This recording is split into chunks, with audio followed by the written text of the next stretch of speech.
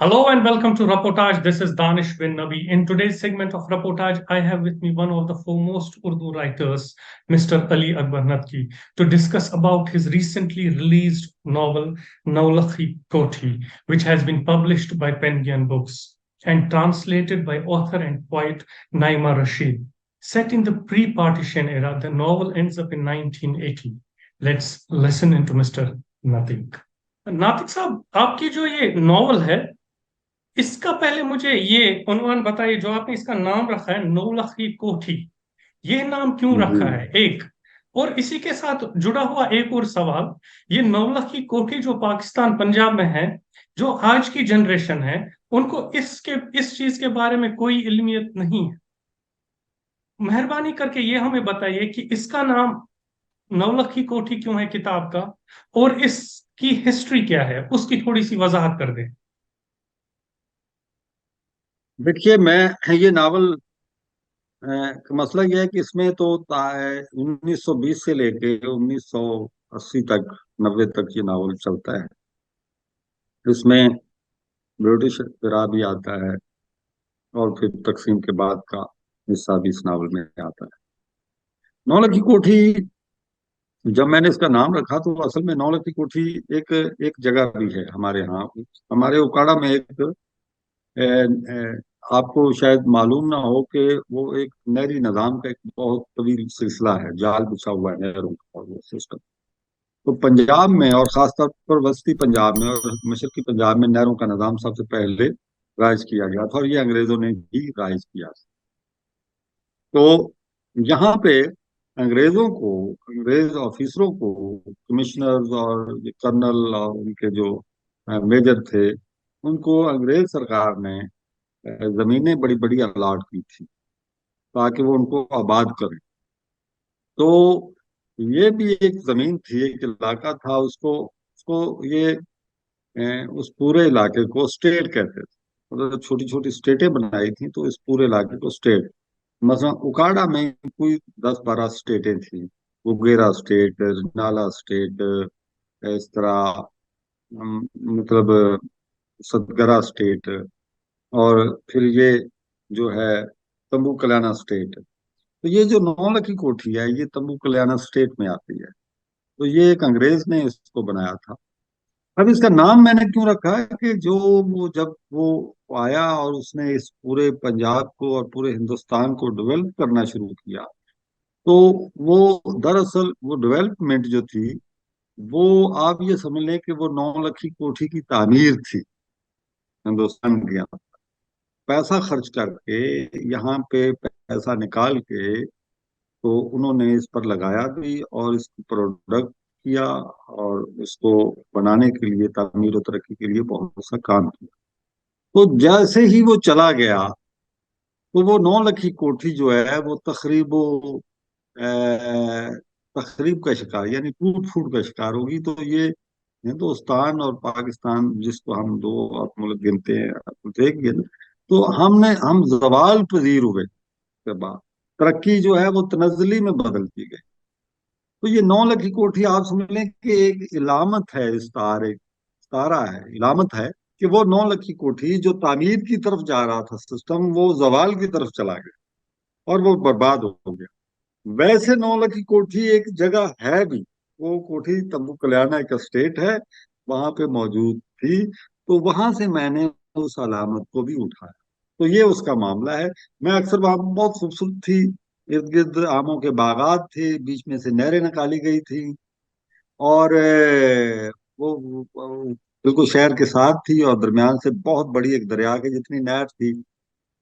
तो उस हिसाब से वो एक बड़ी खूबसूरत जगह थी। तो उसको फिर मैंने अलामत के तौर पे इस्तेमाल किया, और अब वो एक खंडर है, और वो खंडर बन चुका है। तो ये था, और इसके 300-400 कमरे थे। जी। नातिक साहब, ये मुझे समझाइए, जो पंजाब है, अनडिवाइडेड पंजाब की मैं बात कर रहा हूं, जो पंजाब है, उसकी जी। जी। हिस्ट्री बहुत, आज की जनरेशन, जहां तक आज की जनरेशन का ताल्लुक है, उसका जो एक कोहेसिव कल्चर था, एक कोहेसिव ट्रेडिशन, एक को एग्जिस्टेंस का एक जो माहौल था, specially between Muslims and Sikhs, वो आज की जनरेशन को मालूम नहीं है। ये मुझे समझाने की कोशिश कीजिए, अनडिवाइडेड जो पंजाब था, उसमें जो लाइफ थी, उसमें जो जिंदगी थी, वो कैसी एक आम आम एक आदमी की कैसी जिंदगी रही होगी एक अनडिवाइडेड पंजाब में, जिसमें सिख्स भी हो, मुस्लिम्स भी हो, और ऑब्वियसली हिंदूज भी हो। देखिए, मैं बहुत अच्छा सवाल आपका। इस नावल में वो तमाम वो चीजें जो जो आप पूछ रहे हैं, वो इसमें बयान हुई हैं। वो पढ़े, वो आपको पूरा एक मुआशरा एक दूसरे के साथ वो नजर आता है इस नावल के अंदर। क्योंकि तकसीम से पहले का, चूंकि काफी हिस्सा है इसमें, 300 350 सफात तकसीम से पहले के। अच्छा, अब क्या है कि जो सिख, मुसलमान और हिंदू जो आपस में मिल के रह रहे थे, उसमें एक दो तीन चीजें थी। जो हिंदू थे वो तजारत पेशा लोग थे, यानी व्यापार, तजारत, दुकानदारी, ये उनका मईशत का ये मामला। और वो सूद पे कर्ज भी देते थे। और वो अच्छा, उस वो हिंदू बुनियादी तौर पर, चूंकि जो कारोबारी हो, जो ताजिर हो, वो माली तौर पर एक मजबूत उसका वो सोर्स होता है। तो वो उनमें से कई हिंदू उमरा जो थे, उन्होंने तामीर और तरक्की के लिए भी पंजाब की बहुत स्कूल बनाए, कॉलेज बनाए, हॉस्पिटल बनाए। और अंग्रेज से उन्होंने बहुत कुछ लिया और उसको इस्तेमाल भी किया। मुसलमान पंजाब में जो थे, इनके यहाँ जमीनें बहुत कम थी मुसलमानों के पास। जमीनें, थोड़ी जमीनें थी। ज्यादातर लोग ऐसे ही मतलब गुजारा करते थे। ज्यादा जमीनें सिख सरदारों के पास थी, जो सिख थे। उसकी वजह ये थी कि रंजीत सिंह के दौर से ही उनका एक होल्ड हो चुका था पंजाब के ऊपर, जो मशरकी और मगरबी दोनों पंजाब है। तो वो उनका एक एक वो गालिब आ चुके थे मुसलमानों पर, बतौर जागीरदार के तौर पर। जमीनें उनके पास ज्यादा थी और सरदार भी थे। और वो मुसलमान तादाद में उनसे ज्यादा थे पंजाब। सिखों से पंजाब में आबादी के एतबार से, पॉपुलेशन के एतबार से मुसलमान ज्यादा थे। ये लेकिन आप इनके पास अनडिवाइडेड पंजाब जमीनें की जो बात थी, कर रहे हैं कि जी ये मुसलमान अनडिवाइडेड अनडिवाइडेड पंजाब की पंजाब बात में कर रहा ज्यादा थे। हूँ। जी जी, अनडिवाइडेड पंजाब में मैं बात कर रहा हूँ कि मजमूई तौर पर जब पंजाब एक ही था, मशरकी और मगरबी पंजाब नहीं था, एक ही पंजाब था, तो उसमें जो आबादी थी वो मुसलमानों की ज्यादा थी। और जो जागीरदारी या जमीनें थी वो सिखों के पास ज्यादा थी, सरदारों के पास ज्यादा थी। और जो पैसा था वो हिंदुओं के पास ज्यादा था, क्योंकि वो ताजर पेशा थे। वो सूद पे कर्ज भी देते थे, और उनकी वो बहुत सारे मतलब, और वो पढ़े लिखे भी थे। मुसलमान और हिंदू जैसे जो थे, ये पढ़े लिखे नहीं थे। इनका एजुकेशन निज़ाम बहुत कमजोर था इनके माहौल। तो लेकिन सिखों के पास जमीनें ज्यादा थी, और आबादी, पॉपुलेशन जो थी वो मुसलमानों की पंजाब में ज्यादा थी। तो उसमें एक तरह से एक एक दूसरे के दरमियान कशमकश भी थी, क्योंकि मुसलमानों की अक्सरियत जो थी वो सूद में फंसी हुई थी। अगर जो सिखों की भी है, तो वो सूद के अंदर फंसी हुई थी। तो वो एक तरह का गुस्सा भी था पंजाब के अंदर भाई। लेकिन मिलजुल के रहने, और उसमें एक दूसरे के साथ है, एक दूसरे की शादी ब्याह, एक दूसरे के खेलों में, तो वो बहुत कुछ एक दूसरे को ये दे रहे हैं। यानी आपस में बहुत सारी चीजें इनकी एक ही थी, क्योंकि मुसलमानों की पंजाब में अक्सरियत जो थी वो सिख से कन्वर्टेड थी। यानी पहले वो सिख थे, तो उससे वो मुसलमान हो गए, कन्वर्ट हुए। तो सकाफती के तौर पर, कल्चरल, वो सिख जो था कल्चर, वही उनके ऊपर हावी था। और ये सारा मामला, और रिश्तेदारियां थी वो सब। तो मतलब के थोड़ा सा ये जो सियासत आई, उसने इन दोनों को दूर से दूर, और बीच में बहुत सारी चीजें हैं जो बयान हुई हैं इस नावल के अंदर, बहुत सारी। आपने अपने इस नॉवल में जो प्रोटैगनिस्ट हैं आपके नॉवल के, वो विलियम साहब है कोई। ये विलियम साहब कहाँ जी, से नाम सूझा आपको? क्यों थे ये विलियम साहब? क्या इनका पस मंजर है? और ये विलियम साहब आपको क्यों इतने अच्छे लगे हैं कि ये थ्रू आउट नॉवल चलते जा रहे हैं? थोड़ा सा इस पे रोशनी डाल के बात करें, विलियम साहब कौन थे? देखिए, विलियम का मामला यह है कि ये अंग्रेज असिस्टेंट कमिश्नर था जो पंजाब में आया फिरोजपुर में, और फिर वो जलालाबाद जो आजकल ये हिंदुस्तान का फिक्शनल हिस्सा है। कैरेक्टर है कि ये तो रियल कैरेक्टर था कोई विलियम जो वहां पंजाब में ये रियल करेक्टर भी है। एडमिनिस्ट्रेशन में था? ये देखिए, ये रियल करेक्टर भी है। और जाहिर है जब नावल अच्छा, दूसरी बात ये है कि दानी साहब के ये कम से कम नॉवलिस्ट से नहीं पूछना चाहिए कि ये कौन है, क्योंकि नॉवलिस्ट जो होता है उससे किरदारों के मुतालिक वो जो कुछ होते हैं बस उसी में ही उसको लेना चाहिए। बिल्कुल। अच्छा, खैर। तो ये जो है असिस्टेंट कमिश्नर है, ये जलालाबाद में आता है और वो काम करता है वहां पे। तो जो अंग्रेज ब्यूरोक्रेसी थी, जाहिर है कि वो हिंदुस्तान को उन्होंने काबू में रखने के लिए बहुत सारे कवानीन बनाए हुए थे ताकि वो पूरी तरह से अपने कब्जे में रखें। तो ब्यूरोक्रेसी का निज़ाम जो था वो बहुत सख्त निज़ाम था। गोया एक असिस्टेंट कमिश्नर अपने इलाके में एक वायसराय थे, और एक डीसी अपने इलाके में भी एक वायसराय थे। ठीक है। तो वो ऑल इन ऑल थे। अच्छा, उनके पास फैसले की कीमत थी, यानी फैसला किया और फिर उस पर काम किया। तो वो अपनी राय में आजाद थे, अपने फैसले में आजाद। तो ये जो विलियम है, ये जब आता है तो वो अपनी राय में आजाद है और अपने फैसले में भी आजाद है, फिर वो काम करता है। और वो अफसर इसलिए है कि वो काम करना है उसने। ठीक है।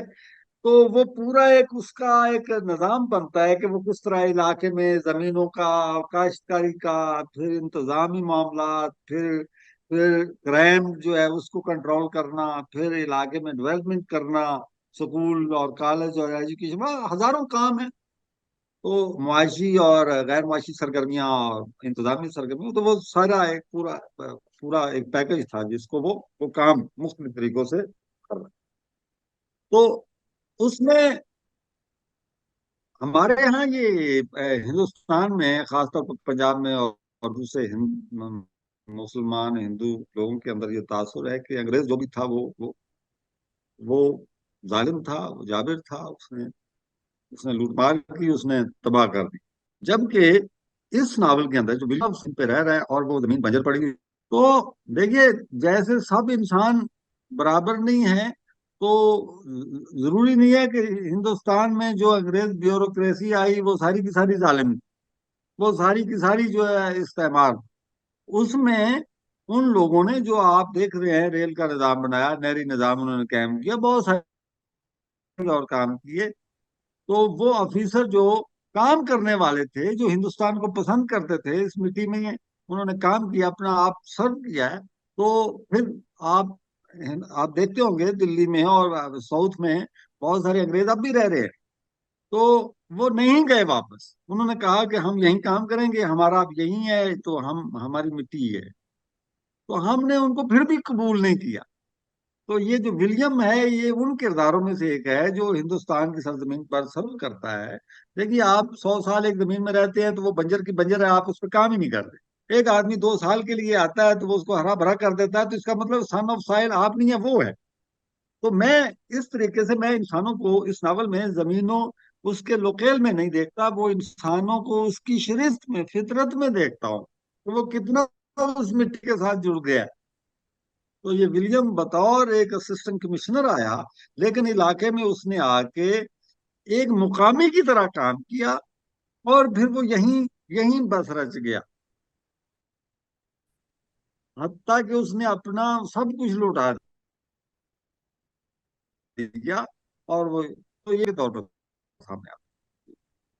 नातिक साहब, ये मुझे समझाइए, ये जो आज की जनरेशन में ज्यादा जोर इस पे दे रहा हूं कि आज की जनरेशन ज्यादा ये सोशल मीडिया पे रहती है, रिसर्च किताबों में इनका ध्यान कम जाता है। कम क्या जाता है, बिल्कुल 0% जाता है।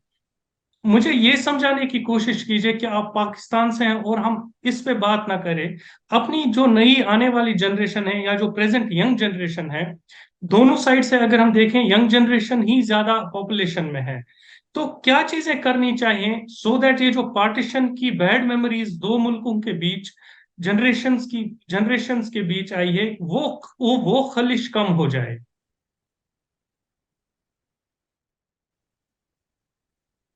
दानिश, आप मामला ये है कि जनरेशन में कोई दुश्मनी नहीं होती कभी भी, एक की दूसरी जनरेशन में कोई दुश्मनी।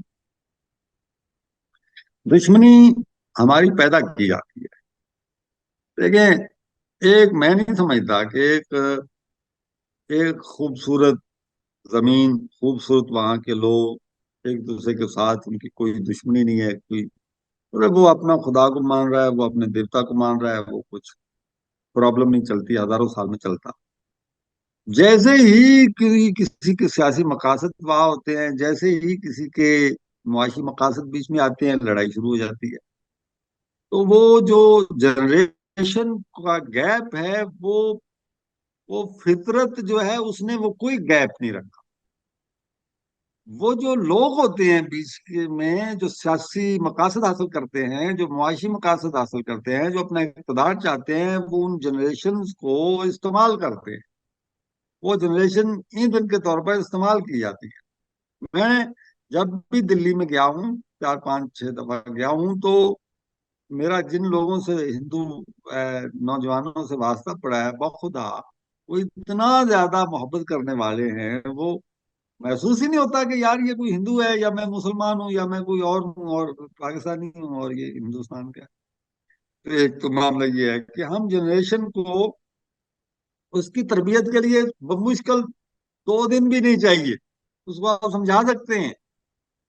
लेकिन आप सियासतदान को, जर्नैल को नहीं समझा सकते, इसलिए कि वो समझना नहीं चाहता। वो आपकी जनरेशन को, मतलब हमारे यहाँ एक लफ्ज इस्तेमाल कर रहा था पिछले दिनों एक जर्नैल, के फिफ्थ जनरेशन वार, फिफ्थ जनरेशन वार।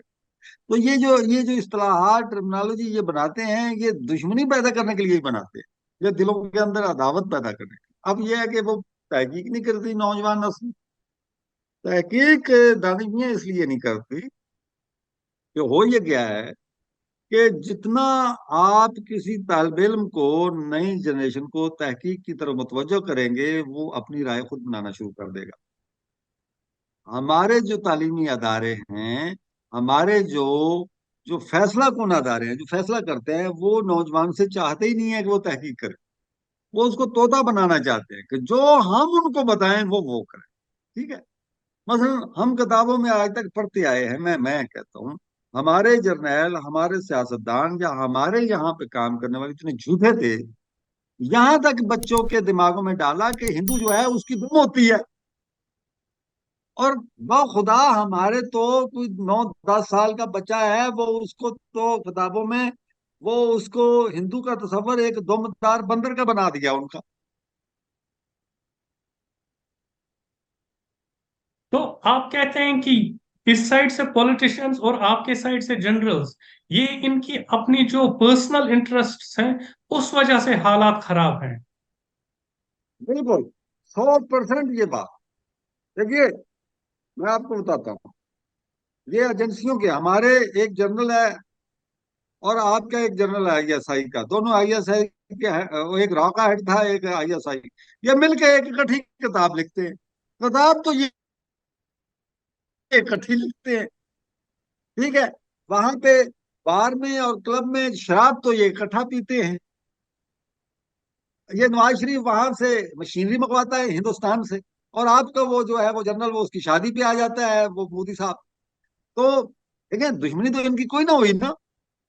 और हमारे रास्ते बंद किए हुए हैं, ना हम उधर जा सकते हैं, ना आप इधर आ सकते हैं। मतलब देखिए कि मैं एक राइटर हूँ, मेरा नावल हिंदुस्तान से छप रहा है, और मैं वो खुद नहीं जा सकता। क्यों ना? मैं दहशतगर्द हूँ, मैं दहशतगर्दों के खिलाफ हूँ। तो इसलिए नहीं मेरा वीजा बंद किया हुआ कि मैं दहशतगर्द, इसलिए किया हुआ है कि कहीं अवाम एक दूसरे के नजदीक ना आ जाए, एक दूसरे से मोहब्बतों प्यार मेरो प्यार ना करने लग जाए। ठीक है ना? ये इनकी बदमाशी है।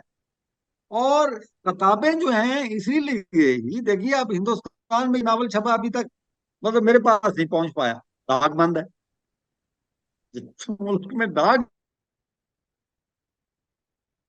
ही बंद हो, तो वो कहाँ से दोस्त बनेंगे एक दूसरे के, बताइए। मसाइल हैं बहुत बड़े। और वो तो मैंने मसाइल इसके अंदर जो हिंदुस्तान में तकसीम के दौरान लड़ाई हुई है, 18-20 लाख बंदा मारा गया है, बाखुदा ना अशराफिया, हिंदू अशराफिया में से कोई मारा गया है, ना मुस्लिम अशराफिया में से कोई मारा गया है। गरीब लोग मरे हैं बेचारे, जिनको पता ही नहीं था कि भाई कोई कहाँ कौन सी तकसीम है, किसने की है, कहाँ से हुई है, वो मारे गए। मतलब जो जहाजों पे इधर से उधर चढ़ के चले गए, उधर से जहाजों से इधर आ गए, उनकी कहाँ कत्लो गारत हुई है? कत्लो गारत तो उनकी हुई है जिनके पास सवारी ही नहीं थी। ठीक है ना, सर्व तो उन्होंने किया। नातिक साहब, अगर आप मुझे इजाजत दें, एक फंडामेंटल सवाल मैं पूछूं। आपने बोला कि जी गरीब मरे पार्टीशन में, ना वहां से हिंदू ना मुसलमान जो गरीब थे वो मरे। तो फंडामेंटल एक हाँ क्वेश्चन मैं आपसे पूछना चाहता हूं। 76 years down the line, do you think कि जो पार्टीशन हुआ, जिन्ना साहब ने करवाया जो पार्टीशन, वो होना चाहिए था कि नहीं होना हम्म। चाहिए? देखिए, आपने अभी एक सवाल कर दिया जिन्ना साहब ने करवाया। मैं ये कहता हूँ, दो आदमी इन्वॉल्व थे पार्टीशन में।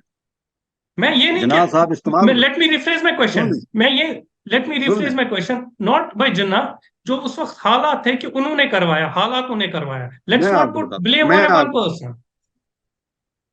आपको दो बंदे बात। पार्टीशन जो करवाया है, मैं आपको बताऊं, आप सही मुताला अगर करेंगे तो पार्टीशन जो हुआ है, वो हुआ है सरदार पटेल की वजह से। और जिन्ना साहब उसमें और लियाकत अली खान उसमें इस्तेमाल हुए। ठीक है। सरदार पटेल ने अगर ना चाहता तो कोई पार्टीशन नहीं होना था। तो यहाँ पे ये एक तस्वर बना हुआ है कि जिन्ना साहब बहुत लायक, बहुत जहीन और बहुत आगे की सोचते थे। गलत बात। जिन्ना साहब बेवकूफ आदमी थे। जैसे वो उन्होंने इस्तेमाल किया, ये इस्तेमाल हो गए। कहाँ की लियाकत, कहाँ मतलब इतना बड़ा मुल्क है, एक कूचे से दूसरे तक पहुंचते हुए 4 दिन लगते हैं। रेल पे तो ये देखिए कि उन्होंने काट के आधा कर दिया। पटेल साहब ने कहा कि इनको दे दो, और ये कोई 20 साल बाद ये खुद ब खुद कहेंगे, माफी मांगते हुए आएंगे कि आप हमारे माई बाप है, हमको ले लो। ठीक है। लिहाजा हम, तो इधर जना साहब ने कहा कि अच्छा हमें देते हैं तो चलो ठीक है। तो मसला ये है कि दोनों तरफ से हमाकतें हुई, दोनों तरफ से दो नंबरी हुई। और इधर जो, मैं आपको एक बात बताऊं दानिश भाई, मैं हिंदुस्तान में किसी आदमी को, पाकिस्तान उसमें शामिल है, किसी आदमी को सही नहीं समझता। इसकी वजह ये है कि ये जज्बाती हैं, ये बातों में आने वाले हैं, ये बेवकूफ बनते हैं, दुनिया बेवकूफ बनाती है। इतना बड़ा मुल्क है, 2 अरब की आबादी का मुल्क है हिंदुस्तान पूरा। 2 अरब की आबादी का मुल्क जूते खा रहा है पूरी दुनिया से। अगर ये जहीन है, अगर ये लायक फैक है, तो ये जूते खाएंगे सारी उम्र। आप ये दोनों मुल्कों की बात कर रहे हैं, by Hindustan you mean both India and जी पाकिस्तान? जी जी जी जी, दोनों मुल्कों की बात करो। हम तो आप ज्यादा खा रहे हैं तो क्योंकि हमारे दोनों जर्नल मुल्क ज्यादा जूते खा काबिलियत रहे है। हैं। देखिए, अभी आप कम जूते खा रहे हो। उसकी वजह यह थी कि आपके यहाँ जर्नैलों को पहले दिन से ही दूर कर दिया गया कि भाई तुम्हारा जो है ना वो तुम नौकर हो। हमारे यहाँ जो जर्नैल थे, ये हमारे माई बाप बन के बैठ गए। लिहाजा हमें जूते ज्यादा पड़ने, और अब तो हमारी हैसियत बिल्कुल जीरो हो गई है। मैं सच बताता हूँ, चाहे कोई बुरा माने या कुछ भी करे, हम बहुत अच्छे थे। लेकिन अभी मुझे कोई फख्र नहीं है पाकिस्तान, खुदा। मुझे, मैं अपने जर्नैलों को समझता हूँ कि ये सगे दरीदा दहन है, वो कुत्ते हैं जो जो हमें बमोड़ रहे हैं, नोच खा रहे हैं। ये जो मर्जी कह दें, मैं वाशगाफ अल्फाज में कहता हूँ। और हमें तबाह कर दिया है इन लोगों ने, पूरे मुल्क को अस्करियत में, अस्करी यानी छावनी में बदल दिया है इन्होंने। हम कहीं नहीं जा सकते, कहीं नहीं जा सकते। नतीक साहब, फिर से मैं जनरेशन की, नई जनरेशन की बात करता हूं। क्या करना चाहिए? जी। जो यंग लोग हैं, क्या करना चाहिए उनको दोनों साइडों से, ये खलिशें थोड़ी सी कम हो जाएं, ये रंजिश जो है, खलिश जो है दो मुल्कों के बीच, ये कम हो जाए। मैं तो ये समझता हूँ कि हमें एक तो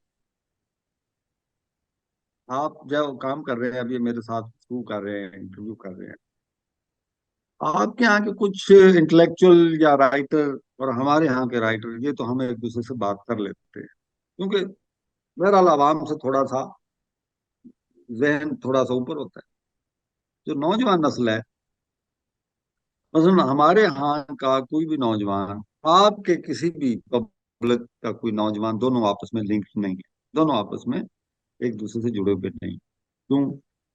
जोड़ती है दो तीन चीजें एक दूसरे के साथ। मसलन सबसे जो बड़ा जो सोर्स है वो किताब है। कि मैंने, आपने मेरी किताब पढ़ी, अभी आपके हाथ में मेरी किताब है, तो मैं आप जुड़ गए। अभी क्या हुआ है कि हमारा एक क्रिकेट ही था, खेल था, जो नौजवानों को जोड़ सकता, उसको हमने, ये भी हमारी जो है हिंदू पाक के सियासी और फौजी जर्नैलों की ये शरारत कि इसको हमने जंग बना दिया। बजाय इसके कि वो खेल हमारे और आपके दरमियान मोहब्बत का रिश्ता कायम करता, उसने नफरत का रिश्ता कायम कर दिया पकड़ के। तो सबसे बड़ी बात यह है कि जो हमारे नौजवान हैं पाकिस्तान के, तो आप जैसे लोग वो ग्रुप तश्कील दें और उन ग्रुप में पाकिस्तानी नौजवानों को रखें, इंडियन नौजवानों को रखें, उनको आपस में गुफ्तगू करने का, जैसे हम आप जूम पे कर रहे हैं गुफ्तगू, वो एक दूसरे के साथ अपने ख्यालात का इजहार करें। वो बताएं दिल्ली में क्या हो रहा है, ये बताएं लाहौर में क्या है, वो उनको एक दूसरे के साथ मतलब तो वो किताब, दो चीजें हैं, किताब उसका जरिया है और दूसरा जरिया है कि वो लाइव एक दूसरे के साथ कन्वर्सेशन में है, जैसे आप मैं आ रहा हूँ। रही बात के सियासतदान, उन पे हम पिछले 75 ईयर से हम देख रहे हैं कि वो तो हमें दिन से आए दिन एक लम्हे के बाद और दूर कर देते हैं। वो तो कभी हमें साथ नहीं बैठने देंगे। तो अवामुन्नास अपनी इनफरादी तौर पर ही कुछ नौजवान कर सकते हैं। वो ये है कि हम इधर से ग्रुप बनाएं, आप लोग ग्रुप बनाएं, वो नौजवानों को एक दूसरे के साथ कन्वर्सेशन में लाएं, वो उनको किताब बताएं कि हम आजकल कौन सी किताब पढ़ रहे हैं, ये बताएं हम कौन सी पढ़ रहे हैं, उसमें क्या है, इसमें क्या है। फिर एक दूसरे के साथ अपनी सकाफत पे बात करें, खेलों पे बात करें, बहुत सारी चीजें हैं जो इस पे। तो यही एक तरीका है। और अगर हम जर्नैलों पे छोड़ देंगे कि वो हमें एक दूसरे के करीब लाएं या सियासतदान लाएं, तो वो तो भाई हम आजमा चुके हैं, वो तो दूर करेंगे और करीब तो नहीं लाएंगे। नातिक साहब, मैं भी चाहता हूं कि ये ग्रुप बने, और लेट्स सी कि बनता है नहीं बनता है, कौन इसमें पहल करता है, आप लोग या यहां से पहल होती है। मैं फिर एक बार पेंगुइन हाउस का बहुत शुक्रिया करना चाहता हूं, जिसने यह मीटिंग अरेंज करा के आपके साथ इंटरेक्शन का मौका दिया। और मैं ये भी चाहता हूं कि हर कोई तालिब इल्म यहाँ पे, हर कोई प्रोफेसर, हर कोई जर्नलिस्ट ये आपकी किताब जो नवलखी कोठी है ये पढ़े, सो दैट उनको पार्टीशन की थोड़ी बहुत अंडरस्टैंडिंग आए, और वो उसमें ये समझ पाए कि क्या हुआ था दो मुल्कों के बीच, खासकर जो अनडिवाइडेड पंजाब था, उसमें कल्चरल ट्रेडिशंस और बाकी सब चीजें कैसे थी। नातिक साहब, बहुत बेहद शुक्रिया आपका मेरे साथ बात करने के लिए। बहुत मोहब्बत, बहुत बहुत ही शुक्रिया आपका। Please subscribe to our channel Reportage and press the bell icon to remain updated.